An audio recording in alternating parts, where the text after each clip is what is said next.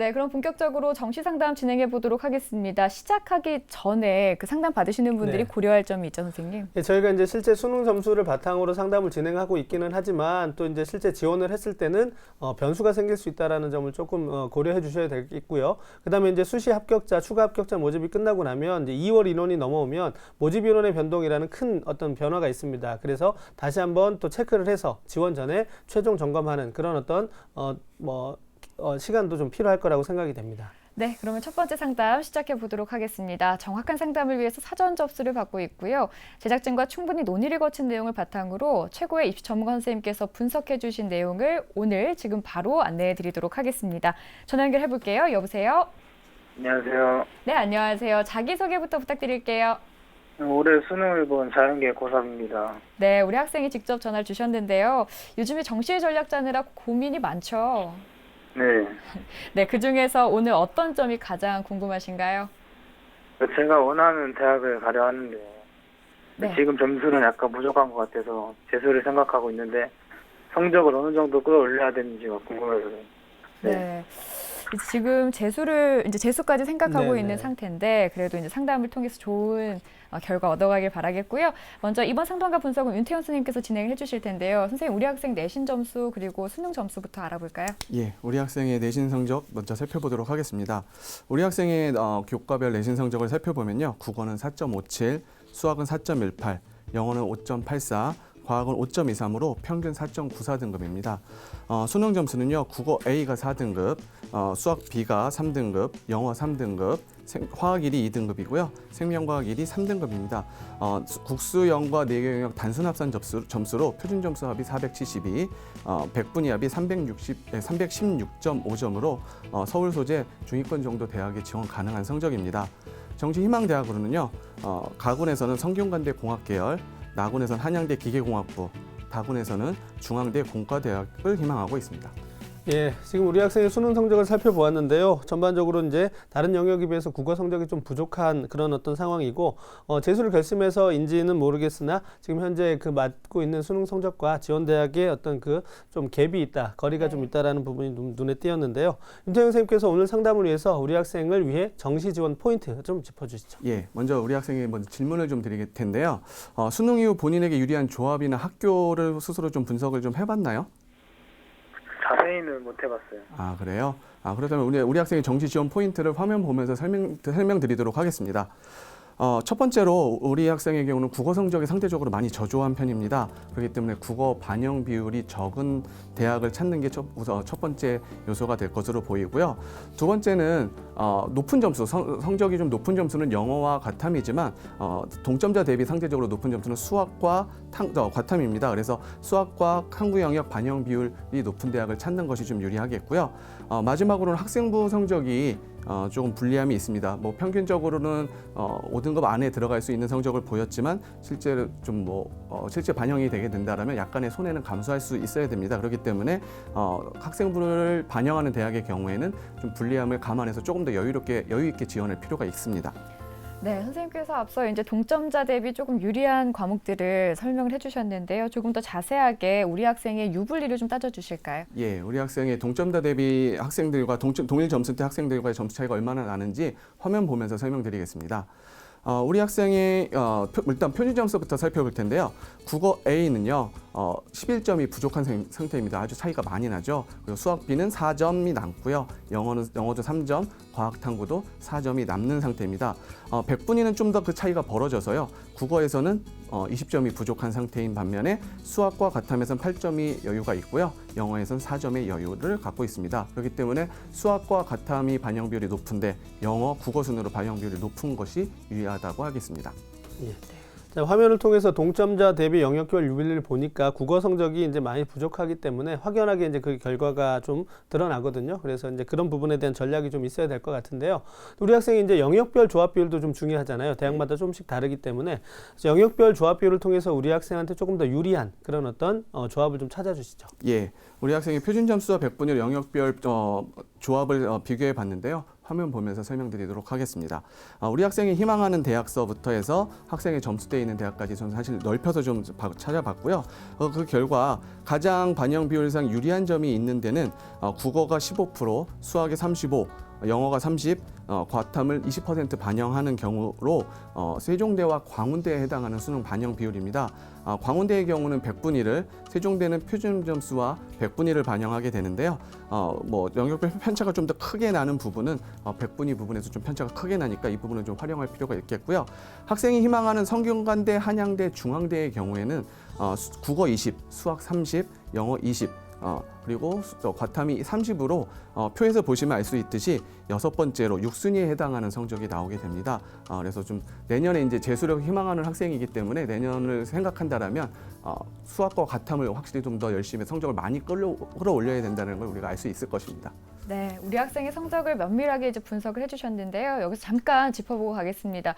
우리 학생 이제 조금 더 상담을 받다 보면 합격 가능성에 대해서 네네. 상향, 소신, 적정, 안정 이런 단어들을 쓰게 될 텐데요. 네. 거기에 대한 설명이 좀 필요할 것 같아요, 선생님. 예, 저희가 이제 상담을 여러 선생님들이 오랫동안 이제 진행을 하다 보니까 선생님마다 이제 사용하시는 용어가 좀 다르면 그 판단에 대한 그 용어가 다르면 보시는 시청자분들이 좀 혼란을 겪으실 수 네. 있을 것 같아서요. 저희가 이제 용어를 좀 통일해서 좀 사용을 하도록 하겠습니다. 그래서 화면을 통해서 자세히 설명드리도록 하겠습니다. 자, 먼저 이제 저희가 이제 사용할 용어들은 상향, 소신, 적정, 안정의 이제 4가지 용어를 사용할 텐데요.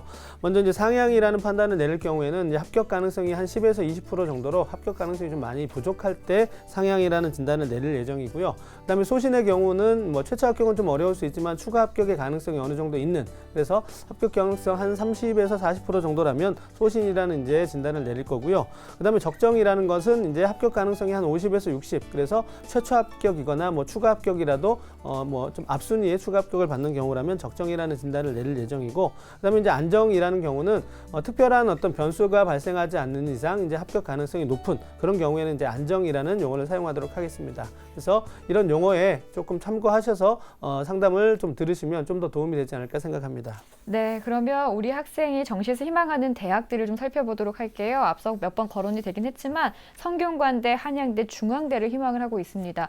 선생님, 이 대학들의 특징 그리고 우리 학생의 합격 가능성 한번 알아볼까요? 예, 우리 학생이 희망하는 대학들의 특징을 화면 보면서 설명드리도록 하겠습니다. 첫 번째 희망 가군에서 성균관대 공학계열입니다. 모집 인원은 100명이고요. 수능 100%, 국수형은 표준 점수를 반영하고 탐구는 변환 표준 점수를 반영하게 됩니다. 반영 비율은 앞에서 살펴봤듯이 20, 30, 20, 30%이고요. 경쟁률은 최근에 좀 높았습니다. 8.5대 1이었고 전년도에 2014학년도 5.2대 1, 2013학년도에는 6.2대 1의 경쟁률을 보였습니다. 지원 가능 성적은 507점으로 잡고 있는데요.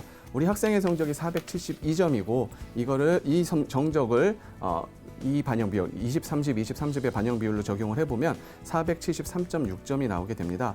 그리고 507점의 학생들이 지원한다라고 했었을 때 507점인 학생과 점수 차이를 보게 되면은 총 국어에서 20점 차이, 수학에서 3점, 영어에서 6점, 탐구에서 6점 차이가 나서 단순 합산 성적으로 35점의 차이가 나게 됩니다. 그렇지만 이 학생도 마찬가지로 이 반영 비율에 따른 적용을 받게 된다라면은 505.2점이 되고요. 그럼 편차가 조금은 줄어들어서 31.6점이 부족한 상태이고 사실 편차가 좀 크기 때문에 상향 지원으로 판단이 됩니다. 네. 다음으로 나군의 한양대 기계공학부입니다. 모집인은 40명이고요. 학생부가 10% 들어갑니다. 그리고 수능이 90%고요. 수능은 성균관대와 마찬가지로 표준 점수와 변형 표준 점수를 활용하고요. 반영 비율도 같습니다. 20, 30, 20, 30입니다. 한양대의 경우에는 과탐2에 3% 가산점을 부여한다는 점이 좀 특징이 되겠고요.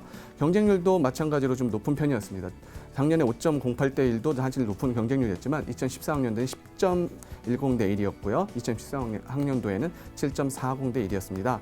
지원 가능 표준 점수는 510점으로 생각하고 있는데요. 학생 성적 마찬가지로 472점, 반영 비율에 변환하면 473.6. 차이가 조금 더 벌어지죠. 그래서 국어는 510점대 학생들과 21점, 수학은 4점이 부족하고요. 영어 6점, 탐구는 7점이 부족한 상태입니다. 510점인 학생들도 반영 비율에 맞춰서 변환을 해보면요. 508.4점이 되고요. 단순 합산상으로는 38점이 부족하고 반영 비율을 적용하면 34.8점이 부족한 상태입니다. 또 학생부가 반영되고 학생부 등급 간 점수 차이가 있는데요. 화면에 보시는 것처럼 0.5점씩 꾸준하게 감소를 하게 되고요. 7등급에서 8등급 넘어서 좀 더 크게 감소가 하게 됩니다.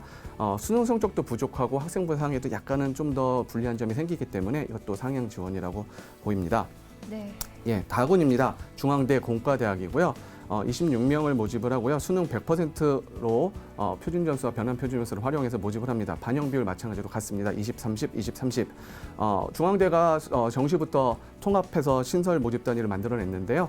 다 통합된 자연과학이라든지 뭐 공과대학처럼 이렇게 통합된 군으로 모집을 하게 되고요. 지원 가능 성적은 다군의 특성상 조금 좀 높게 형성이 돼서 이제 509점으로 잡히고요.